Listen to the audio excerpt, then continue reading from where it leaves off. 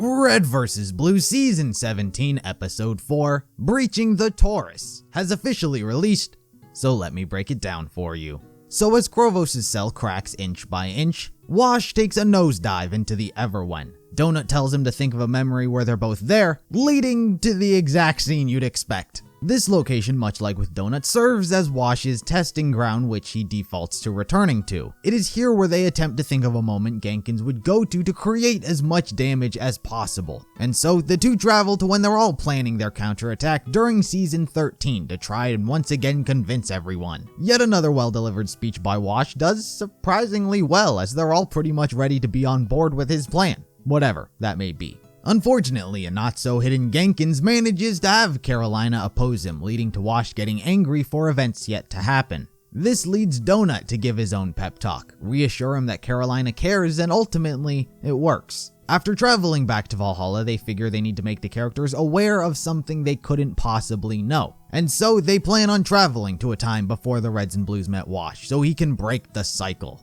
But the plan goes sideways as Donut's transported back to Blood Gulch, while Wash in his recovery 1 days. What a twist! It genuinely is a shocking moment to be placed in, because in the grand scheme of things, this is the miniseries. The miniseries haven't been the biggest chunk of lore that is often referenced inside of the main narrative. That's not to say it's ignored, in fact, it's the exact opposite. Typically, it'll be a line here or a statement there that'll either refer to a moment in the past or was the setup to create the miniseries in the first place. I didn't recognize it at the time, primarily because I'm not that well versed in the miniseries, as they're the thing I've seen the least, but this is the location York was shot. I mean, in the miniseries, it starts with him retrieving Delta here. It's currently up in the air right now when exactly this is, pre or post Delta. I mean, honestly, you'd be insane not to grab him, even if he's not relevant to the plan. He's got logic, he can help, I'd love to see him.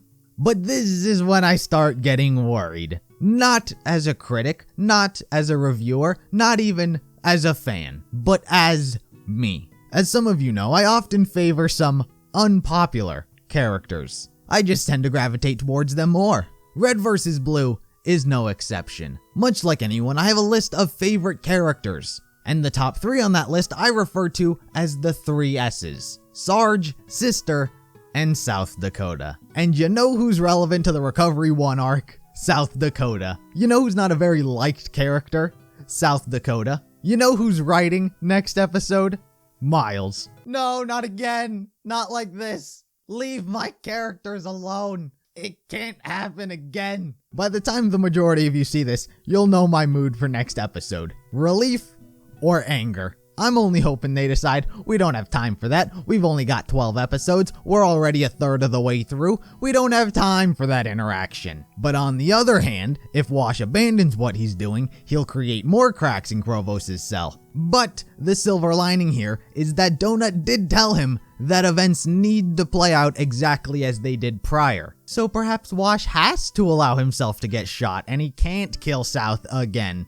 I'm telling you, I'm already getting worked up about it. I just need to forget it and hope for the best. But this Recovery 1 stuff can be really great. Some people may not even know it existed. I know when I first watched the series, I had no idea of the miniseries' existence. It wasn't until I started making videos that I first learned of them. So this might even be an entirely new experience for some of the more casual viewers of the show. To add on to something I was saying last episode, I once again noticed the explaining of what is happening and telling the audience exactly why it happened this way. I gave it a pass last episode because weird, complex, made-up time travel rules. Sure, I can explain that, it's integral to our understanding of the season. But when they traveled back to Blood Gulch, this is Donut's line.